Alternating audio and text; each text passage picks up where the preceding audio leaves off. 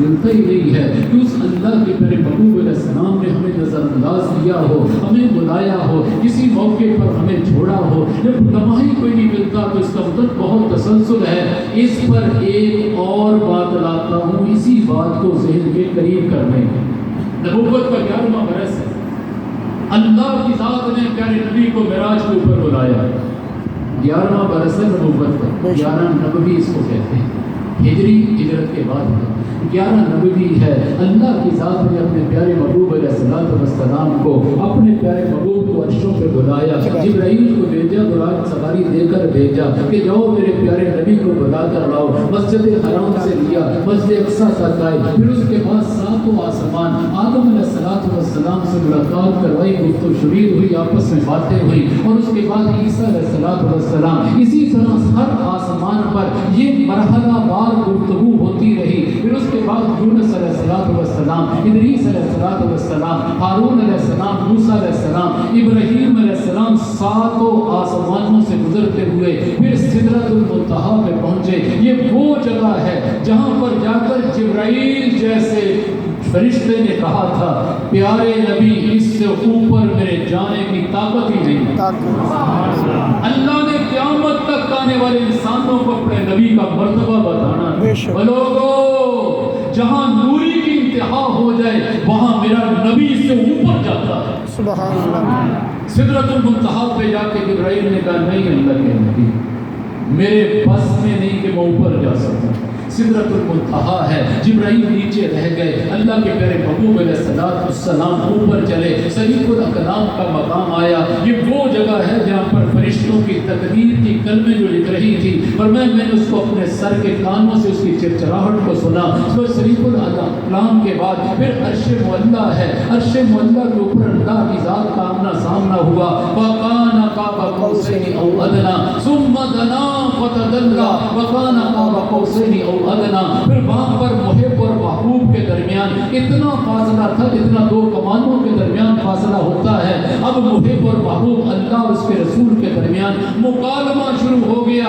وہ مکالمے کے الفاظ ہم روزانہ التحیات کے اندر پڑھتے ہیں۔ سبحان اللہ۔ وہ کبھی اس تصور سے بھی التحیات پڑھو، یہ التحیات للہ والصلوات والطیبات، یہ اللہ کے نبی کا جملہ ہے۔ السلام علیکہ ایھا النبی ورحمۃ اللہ وبرکاتہ، یہ اللہ کا جملہ ہے۔ السلام علینا وعلی عباد اللہ الصالحین، یہ اللہ کے نبی کا جملہ۔ یہ مکالمہ چل رہا ہے پورا، کبھی اس تصور سے پڑھو کہ لذت کچھ اور ہو۔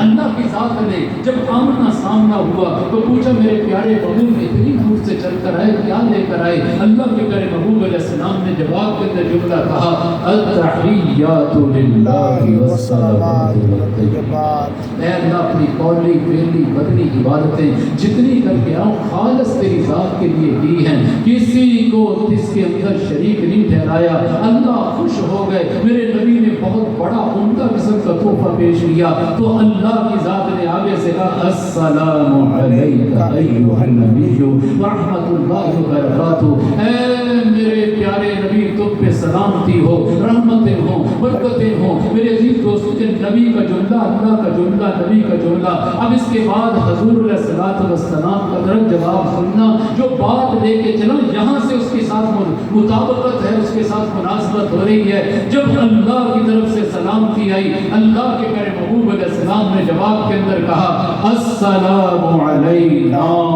وعلی عباد اللہ الصالحین، اے اللہ تیری سلامتی مجھ پر بھی ہو اور قیامت تک آنے والی امت پر بھی ہو۔ سبحان اللہ۔ میرے عزیزوں، میرے پیاروں، خدا را احساس کے ساتھ اس بات کو لے کے جانا، زندگی کا سب سے بڑا مقام ہے معراج، جو کسی نبی کو حاصل نہیں ہوا۔ آدم سے لے کر عیسیٰ نبینا علیہ الصلوۃ والتسلیمات تک انبیاء علیہ السلام اپنے اپنے وقت پر تشریف لائے، معزز ہیں، محترم ہیں، ہماری جان کے قریب ہیں، ہماری جان سے عزیز ہیں، لیکن یہ معراج کا معجزہ اللہ نے کسی نبی کو عطا نہیں کیا۔